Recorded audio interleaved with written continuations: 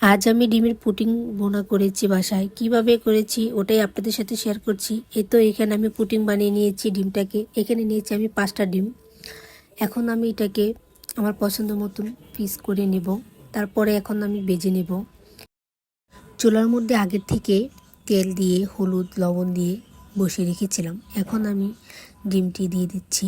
তারপর লাল লাল করে ভেজে নিলাম। তারপরে এখানে বসে দিয়েছি কড়াই, এটার মধ্যে দিয়ে দিচ্ছি তেল। তারপরে দিয়ে দিচ্ছি পেঁয়াজ কুচি। পেঁয়াজটাকে ভেজে নেব। আর এইখানে আমি একটা তেজপাতা দিয়েছি।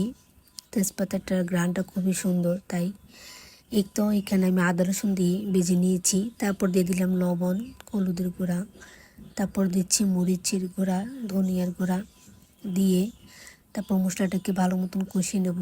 দিয়ে দিলাম পানি। এখানে আমি আরও দিয়েছি জিরার গুঁড়া। এখন মশলাটাকে কষিয়ে নেব। আর মশলাটা যত বেশি কষানো যায় ততটাই মজা লাগে ডিমের পুডিং রান্নাটা। আর কে আপনারা ডিমের পুডিং রান্না খেয়েছেন কমেন্ট করে কিন্তু আমাকে জানাবেন। আর খেতে কিন্তু অনেক মজা হয়েছে। এখন ঢাকনাতে ডেকে রেখে দেব। তারপর আবারও ঢাকনাতে রেখে দিলাম। এই তো ঢাকনাতে রাখার পরে কি সুন্দর ফুলে উঠেছে।